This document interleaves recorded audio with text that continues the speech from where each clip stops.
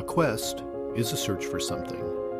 And every week, the Quest podcast will show you how we know what we know through interviews with people that have incredible stories of dedication and perseverance. I'm your host, Todd Fisher. Join me in this thought-provoking and inspiring podcast of discovery. Find us anywhere you listen to podcasts.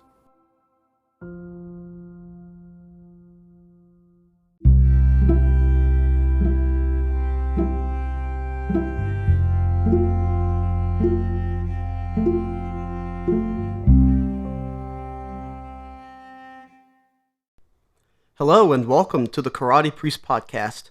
I'm your host, Father Daniel Duplantis. I'm a martial artist, musician, airman, and a priest of the Diocese of Houma-Thibodaux. One of my other passions in life is teaching, especially teaching about the Catholic faith. Catholicism is a very deep faith. Jesus himself told Peter to put out into the deep for a catch. The most significant answers to life's most important questions often lie deep beneath the surface. Many people have questions about their faith. Through this podcast, my aim is to explore these questions and encounter incredible people along the way. Their stories show that God is constantly at work in our lives every single day, sometimes in the ordinary and sometimes in the extraordinary. Some of the topics treated in this podcast may be sensitive or controversial, but their discussion holds the key to truly living as God created us to live, which is to say that He created us to live in authentic freedom, loving Him above all else. Thank you for joining me on this journey of faith, and I hope you enjoy this podcast.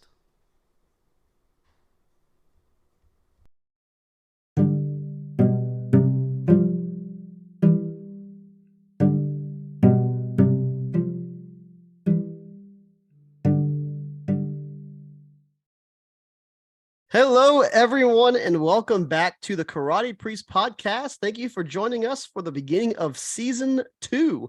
I am joined today by my producer, Todd Fisher, and it is wonderful to be back in the business. Hi, Father Dan, and welcome back for Season 2.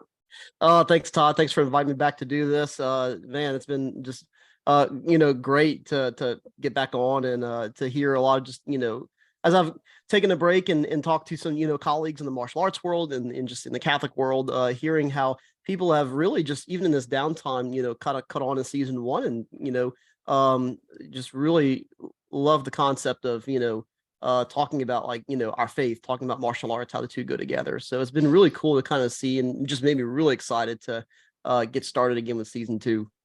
For sure. Yeah. The last episode that we put out was August 16th.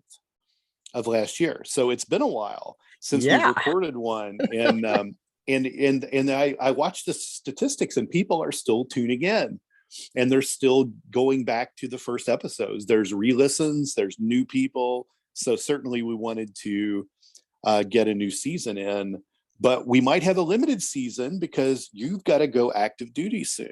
You want to talk a little bit about that? Yeah, definitely.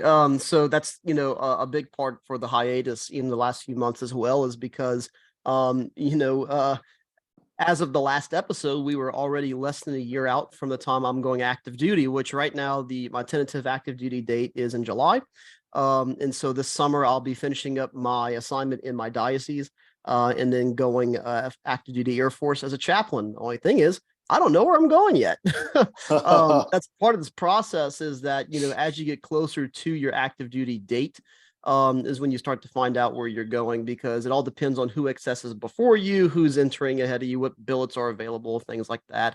So with the last few months with that, I've just been doing a lot of the paperwork, getting a lot of those things together. Actually, in this coming week, I'll be going to a nearby base to go do some medical stuff and get all that cleared, and just kind of get all my ducks in a row. And that's really, I'm almost at the end of the application. This really is the last thing I got to do, is this medical clearance. And then, after that's just a waiting game to find out where I'm going. And then once I get orders, start arranging to move my life. What would be like the worst location to go? Would it be like Anchorage, Alaska, or Biloxi, Mississippi, or like where Oh, would see, be a like I love terrible spot? Biloxi. I love Do you? Biloxi because I do because last thing. So I'm very fond of Biloxi because being from Homa, Biloxi is only about 2 hours and 15-minute drive away. So my All family right. took vacation to Biloxi several times growing up, and so I did one of my internship tours there when I was a deacon. And so it's not the nicest beach, but it's still a coastal community nonetheless. Still a beach, good relaxing place. It's got that kind of coast culture to it. I really enjoy Biloxi, and it's close enough to Cajun culture. You do have like a bit of an extension of that like New Orleans flair to it. That still feels more or less like home for me. So I do like Biloxi. As far as the worst place, I mean, I, if I'm being realistic, and I hope nobody's offended by me saying this, but like Minot in the Dakotas tends to be, I think that's North Dakota, tends to be a place where people aren't too ecstatic about going. I've heard Cannon in New Mexico is not exactly the best place, but things like that. But for me, either way, I'm getting to go out and see the world. And right now, you don't know if you're going to be stateside or overseas. You could possibly right. go overseas, right? I could, and that's the thing is, I'm hoping that my first assignment, I'm actually here stateside, just so I can kind of get my feet wet, considering that I'm by myself when I'm doing this, that I'll be having to move everything by myself, and so I'm hoping that for the sake of easing into the routine, easing into the new lifestyle, I'm hoping it's stateside. I'm hoping it's somewhere even relatively close to where I'm at now, Yeah. but I think back to when I was at boot camp and we had a JAG legal officer who was in my flight, and she right out the gate for active duty. As soon as she graduated from boot camp and from JAG school, got assigned to Kadena in Japan. So it really all just depends on where are the billets, where's the need of the Air Force, and then kind of going from there. But I specified, I did a paper a few weeks ago where I specified that my primary preference right now as far as region, because that's the narrowest I've gotten to say so far. My first preference of region I'd like to go to is to stay somewhere in the Gulf South. Yeah. And then how long is your active duty? I think it's at least 5 years. It's either 3 to 5, something along those lines is my minimum commitment. And then once I, finish the minimum, then I'll take it a year at a time and definitely, kind of keep my bishop in the loop, which by the way, I do have a new bishop. We're installing him on March 29th. And so I'll come home and make that discernment with him to say, hey, here's how I'm doing. This is how I'm feeling about it. I like what I'm doing. Can I stay longer? Or if I don't like it, just to say, hey, I'll do my commitment, then I'm coming home. But I really think I'm gonna definitely give it, maybe even longer than the 5 years. I know they certainly need active duty priests, and so the longer we can go, the better. So that's the thing. It's up in And the air. then when all that's over, would you come back to your home parish? Would you might possibly be assigned somewhere else? What would happen then? I'll come back to my diocese at the end of however long that time active duty is. So I'll come back to the Diocese of Homa Thibodeau. Would I come back to the same parish? Probably not out the gate, at least, because if they sent me back to the cathedral here, I wouldn't imagine they'd send me here as the associate pastor. I imagine that so in the rector is usually a very seasoned priest anyway. So my hope and my request would be when I come back from active duty is to hopefully be assigned to a smaller parish to kind of, again, transition back to diocesan priesthood. I'm going to have to break the way of thinking militarily, when I come back to the diocese. And so I'm hoping to have a small, manageable parish, just to kind of ease myself back into the diocese lifestyle, So, I'm very big on transitioning, when it comes to major changes of pace like this. I'm hoping that when I come home, I'll be able to, go to a place. And I wouldn't mind coming back as an associate pastor either, when I come back active duty, if that means I kind of get to take things a little bit slower in that regard, So it depends, certainly just I'm very big on taking the time to transition, taking the time to process, Sure. Not going from one to the other and hitting a brick wall. Yeah, for sure. I'm curious. I'm surprised I didn't bring this up when you were on my podcast, a while back.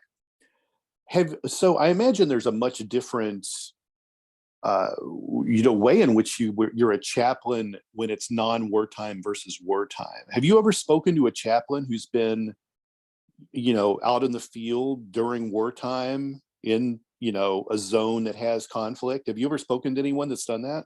Honestly, not too many because I mean, a lot of the chaplains that are on active duty right now, a lot of them have assessed, in the last probably decade or so, and really like the major fighting that we've had, at least for the United States. I mean, we just pulled out of, we pulled out of Afghanistan, then it got taken over again. But Yeah. the chaplains I know who served in the Middle East, what's very different is definitely like the living conditions for sure, and it's more like you're living in these kind of big kind of tent looking things. And so but as far as like, I really haven't gotten to talk to a lot of chaplains yet who did serve, like in the Middle East on active duty, and I just asked them what it's like. So, there's a bit of a question mark there, but at the same time, I'm thinking is really the military is kind of shifting gears away from, I mean, to a certain degree, we're still doing counterterrorism, but I think our bigger, concerns now are really Russia and China. I mean, you look at what's happening in Ukraine right now. You look at how China is kind of ramping up things. China is apparently trying to have at least the capabilities, to invade Taiwan, I think, by the end of the decade. So whether or not they will is yet to be determined. But, I think that's becoming the rising threat really again is Russia and China. So we're almost kind of making the full circle where we haven't really fought a conventional war in a very long time. It's been mostly counterterrorism, fighting guerrilla movements, to where now we're kind of gearing up again to fight regular standard military. So that's kind of what I'm seeing happening right now. Yeah, that's interesting. Yeah, I assume when there is a conflict zone, there must be some. What do? They set up a tent, make a makeshift chapel for people to have services. Is that a thing? Yeah, I think so. I think usually you're at least for us in the Air Force, we'll have even deployed environments. It's an airfield or something along those lines, or to where we'll have some kind of chapel set up. It's certainly not going to be like a stained glass building, no stained glass windows, but at least you have some kind of facility to have services in.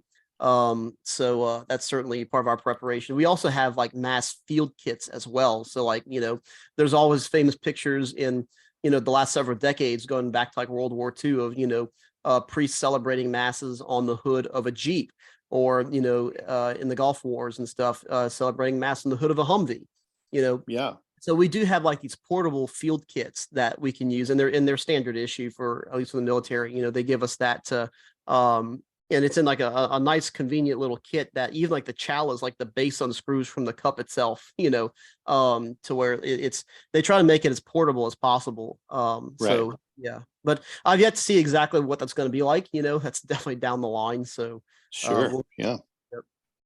Well, since August, what have you been doing with your time? I know you've had some retreats that you've gone on, and I imagine you're keeping up with your martial arts. What's your vacation been like?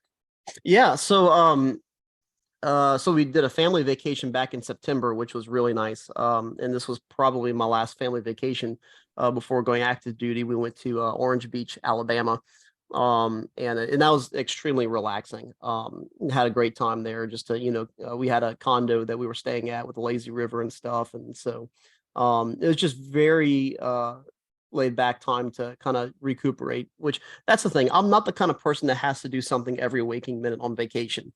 I certainly like vacation time to actually go somewhere relaxing and unwind.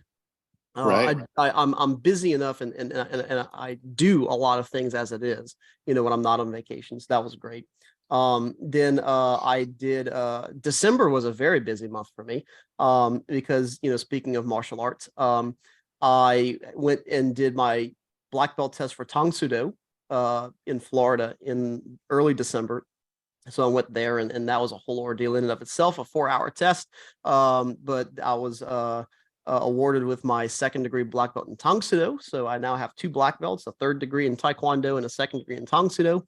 And then with Taekwondo, I'm getting ready now for my my 4th degree black belt test, my master's test in June before I leave to go active duty. And then in December as well, right after my test, I went on retreat, my annual personal retreat. So priests are expected to take, I think it's at least 5 days every year as personal retreat time. So I went to St. Joseph Abbey in Covington, which is where I went to college seminary. And so it was the first time I'd been back there since before COVID. So it was great to visit with the monks. I stayed in the monastery itself. I had a guest room there. So I joined the monks for some of their prayer offices for Mass. Got to celebrate for the first time as a priest for Mass in the Abbey Church, which is a gorgeous church. Got to walk the grounds. I mean, the Abbey's situated on 1,000 acres of forest. So it was great just to walk the forest trails, you know, and you got like the sunlight kind of coming through the canopy on the trails and stuff. It was just beautiful, very relaxing. You know, great recuperation from the the test that I had the week before, because that test left me bruised like a banana. I'll put it that way. I bet. Yeah, but so worth it. And then we had another retreat last month. It was a priest retreat. So it was all the priests of our diocese went to Convent, Louisiana, to a place called Manresa, which is a Jesuit retreat center. So we were there for about 3 days.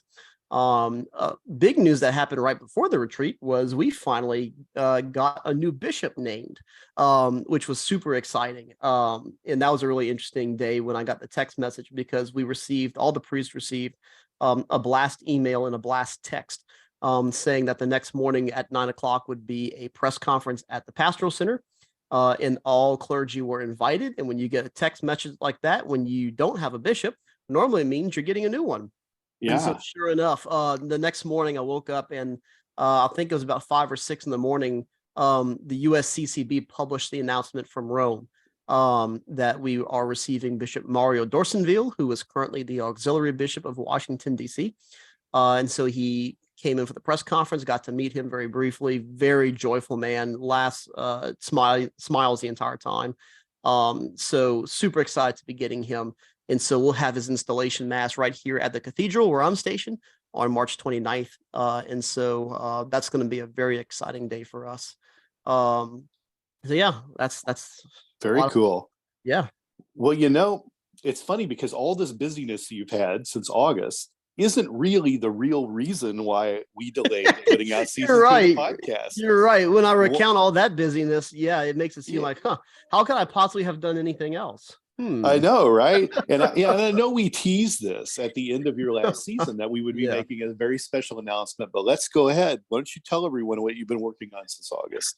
All right, y'all. I wrote a book. So, yeah, there it is. I can finally say it, you know. And it was a very hard secret to keep, at least from the podcast. You know, people here at home knew about it, because that's hard to keep a secret, you know, and especially because people helped me through the writing process. But yeah, that had been an idea for several months beforehand, going into last year. And you know, finally I came up with an idea and you know, shared it with you, Todd, and we came up with a concept. And that's funny too, because, you know, at first I was like, you know, well, what do you want me to write about? And I remember you saying, you're a priest that does martial arts that's also in the military. Like, you've got to have a unique perspective on how all these things kind of come together. And so I didn't come up with a title until a couple of days after I wrote the outline. And I just thought about like, okay, well, you know, I guess to take all those things together is write about, you know, how should a Catholic, or even just a Christian, you know, but specifically Catholics, how should we practice martial arts in such a way that our martial arts practice makes us better Christians, and vice versa? How can our faith help us to be better martial artists? You know, what's the way in which they can grow together? And so, you know, and I was thinking of the title, and then one night it hit me about 1 o'clock in the morning. I was having a hard time falling asleep, and so I was just thinking. And then at about 1 o'clock in the morning, I thought of it. It was Jesus in the Dojo. And so I was like, man, because I was trying to think something that's like kind of catchy, but something that also summarizes the book. But yeah, basically the book is, how do you practice? How do you teach all the aspects of martial arts? How do you do martial arts as a Christian? And how do the two go together? And so it was an incredible project. I mean, just to do the research, you know, I hadn't done this much research since I was in the seminary. So to have to sit there and have to read different sources, different things, you know, kind of really helped to inform my own thoughts on this further than what I already had. And I remember at the very beginning, having a little bit of writer's block. I don't know if you remember this. Like I wrote like 5 pages and we were like, yeah, we gotta get this chapter longer than just 5 pages. And so I was like, holy cow, like I've never done this before. Like, so I kind of put it down for like almost a month. I didn't write anything. I kind of just went back to the drawing board, got my thoughts together. And then towards the end of August, I started writing again. And really it took off from there. Like once I really kind of got the first step done, it started to flow a lot better. I started to really see and really to visualize where I wanted to go with the book. What was the end goal, how I was going to accomplish that, step A to B to C and so forth, It was a very rewarding experience that, even just the research was so personally enriching. But I really hope that this book is enriching for many, many others. Yeah. I actually have a copy of it in my hand right now. So naturally, I've known about this book from the beginning because I'm publishing the book. You're the one who asked me to write it. Mm-hmm, I know. Yeah. Metacortex Publishing isn't just podcasts.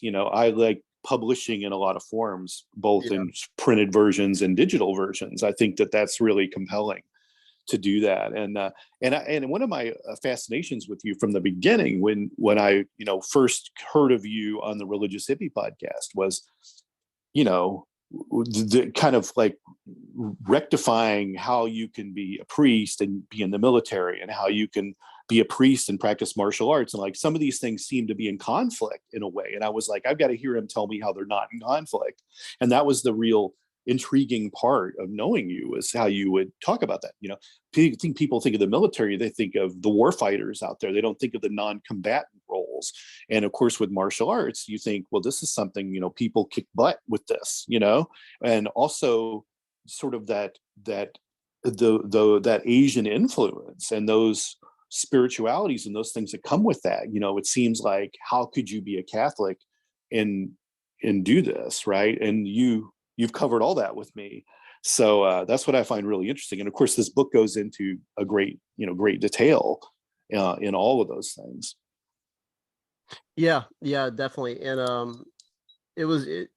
there are certainly some parts that were harder to write than others. There were some parts where I had a clear idea of what I wanted to say, where I wanted to go. There were some parts that, as they came up in my research, I was like, okay, this is a bit foreign to Taekwondo, and so I'm not familiar with it, but it's so part of many other martial arts that I had to kind of do some more research and really find sources that I was not familiar with. There were certainly some topics that I was losing sleep over, just trying to figure out, where am I going to go with this? How do I reconcile this?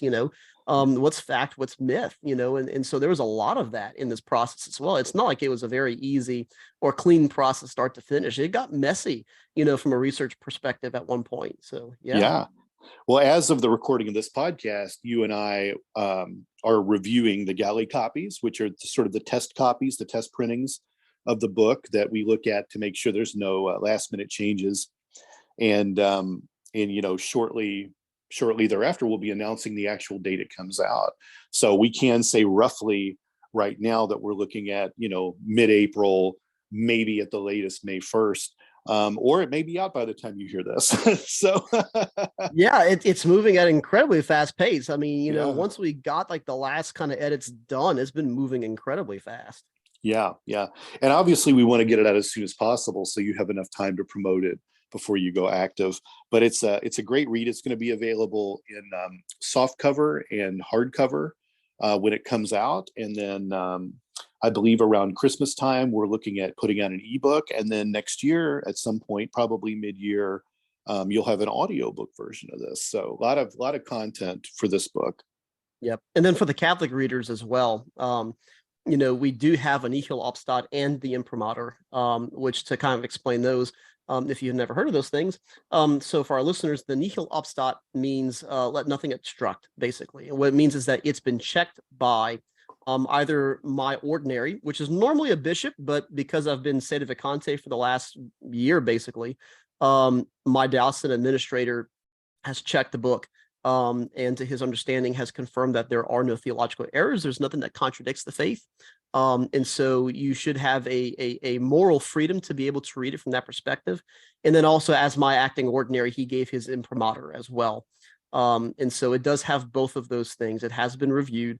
And it's actually been reviewed not just by him, but also reviewed by martial arts friends, by friends who are studying catechesis and evangelization. So it really kind of went through several reviews before the final version gets put out. And so I'm fairly confident that, this is hopefully, a game changer in the world of martial arts for Christians, to where this is hopefully going to help us to really go deeper into both our practice of martial arts, but really most especially in the practice of our faith. Yeah. And you also have a great foreword as well. Do you want to talk about that? Yeah, the foreword is wonderful, and I couldn't have asked for a better foreword, to really encapsulate from the martial arts perspective, what's happening here. And so Sensei Brett Gordon wrote the foreword and went through like the idea of Buddha, like the warrior spirit kind of thing, and really kind of, framing the book in terms of, how do these opposites, how do these seemingly contradictory topics come into play here? And then recognizing that when they kind of converge in the person of a priest who serves in the military, who does martial arts, who kind of has a unique perspective on the concept itself of self-defense, really kind of sets up what we're doing. Yeah. And for those that don't know Brett, tell everyone what his title is.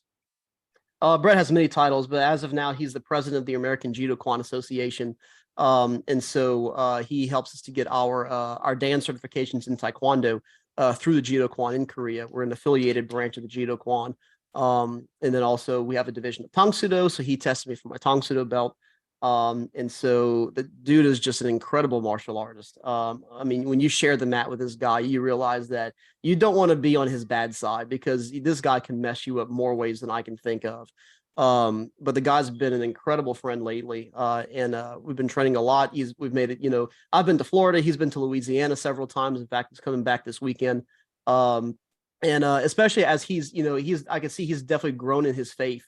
We've had a lot of great conversations about the Catholic faith, and especially as it relates to martial arts over the last several months. And so it's always great conversations when we talk about how do these two come together, and even for both of us to have that kind of mutual discussion of, he's a layman and I'm a priest, but at the same time, we're both Catholic martial artists, and how has kind of reviewing this, how has, things I've talked about for the book, how has this changed the both of us in our practice of martial arts as Catholics? Yeah. Well, I couldn't be more proud of this book. So I'm excited to release it here in a matter of weeks. And I'm sure that we'll have many more conversations about this in season 2 of the Karate Priest podcast. Yeah, definitely. And if you're pleased, I'm pleased, because it was certainly one of the best challenges I've ever had to do. But it's certainly, I'm very proud to say that this is really my life's contribution to the martial arts world as a priest. I mean, this is everything, getting to write about my life's work as a priest, martial artist, and then also as a military chaplain candidate, soon to be chaplain. So I'm just very humbled for the opportunity to put all that down on paper, that this is like my living testament. Yeah. Yep. Yeah. Well, you get to add among your many titles, you can now put author. Yep. But then again, it's not about the titles, but certainly I'm proud of the work I get to do. Yep. Yeah. Well, you lead by example in all these things. And that's what, people can know when they go out and buy this, that, you walk the walk and talk the talk, and it's in the book. So you'll see. Yep, definitely. But Father Dan, thanks for having me on the first episode of season 2. And I'm sure I'll be back in a couple of weeks for a Q&A or something. And I look forward to all our programming for this year. Yeah, definitely. Thank you for coming back on and for all the work you've done with the book. And so with that, guys, thank you so much for joining us on episode 1 of season 2 of the Karate Priest podcast. Thank you and have a great day.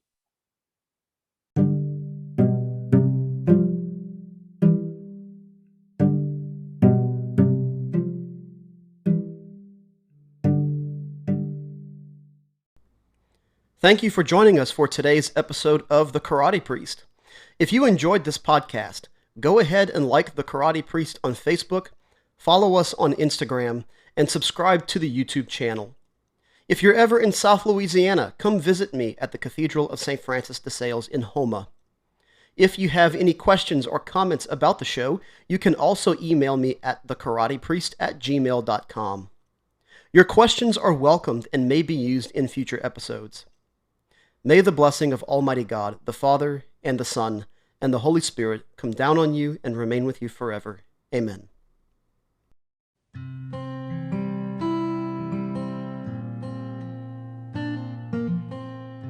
Hi everybody, I'm Amber Rose, the religious hippie, and I host the podcast A Catholic's Perspective. Join me every 2 weeks as I release episodes targeted towards helping young Catholics navigate their ever-changing secular world while staying strong in their faith. Whether you are a Catholic or not, all are welcome here. So if this is something that interests you, feel free to tune in. You can find A Catholic's Perspective on Spotify, Apple, or wherever you listen to your podcasts. I hope to see you there. Bye! Thank you for listening to this podcast. Please be sure to rate and review this episode. This podcast is produced by Todd Fisher and Anthony Smith and is distributed by Metacortex Publishing. This podcast is copyright. Any previously trademarked or copyright content is used by permission. Information and opinions stated in this podcast should not be construed as medical advice. Please be sure and visit the official website for Metacortex Publishing at metacortexpublishing.com or find us on social media for other unique content.